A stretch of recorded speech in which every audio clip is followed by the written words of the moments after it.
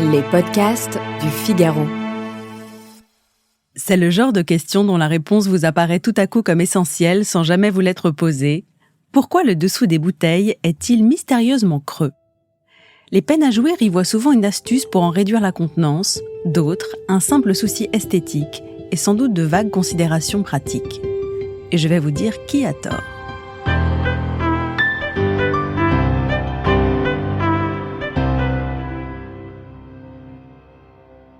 Première chose à savoir pour briller en société, ou faire état de votre lourdeur selon la nature de votre auditoire, ce creux a un nom.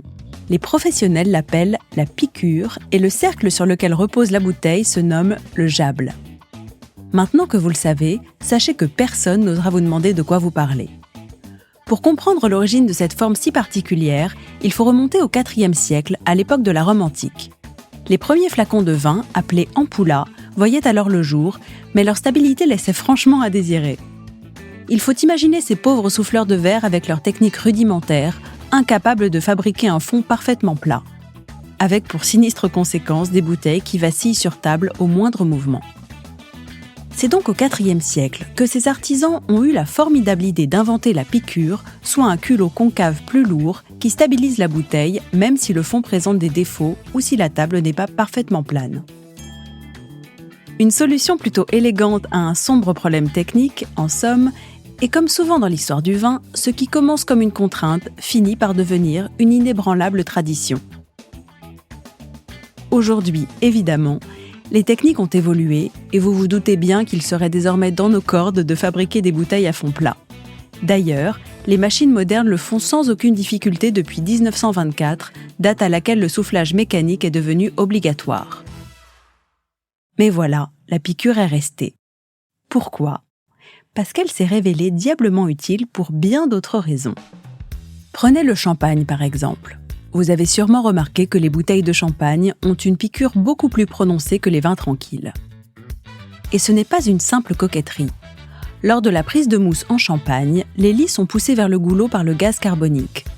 Autrefois, on pratiquait la mise sur pointe, c'est-à-dire que l'on empilait les bouteilles tête en bas, le bouchon de chacune s'introduisant dans la piqûre de l'autre. Une technique aujourd'hui remplacée par le remuage automatisé, mais la piqûre facilite toujours le remuage manuel encore utilisé par certaines maisons champenoises traditionnelles. Sans oublier l'argument de la résistance, avec une structure concave qui permet de mieux répartir cette pression du CO2 et réduit les risques d'explosion. Ce qui, vous en conviendrez, est plutôt rassurant. Côté service, les sommeliers adorent la piqûre.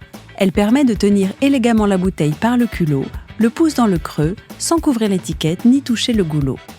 Une technique qui fait toujours son petit effet lors des dîners, même si certains diront qu'elle relève davantage du zèle que de la nécessité. Alors voilà, vous savez tout.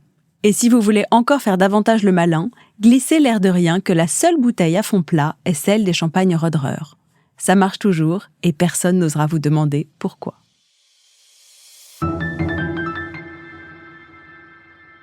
Merci d'avoir écouté ce podcast. Je suis Alicia Doré, journaliste vin. Vous pouvez retrouver Parlons Vin sur Figaro Radio, le site du Figaro et toutes les plateformes d'écoute. Si vous avez aimé cet épisode, n'hésitez pas à vous abonner et à laisser votre avis. À bientôt!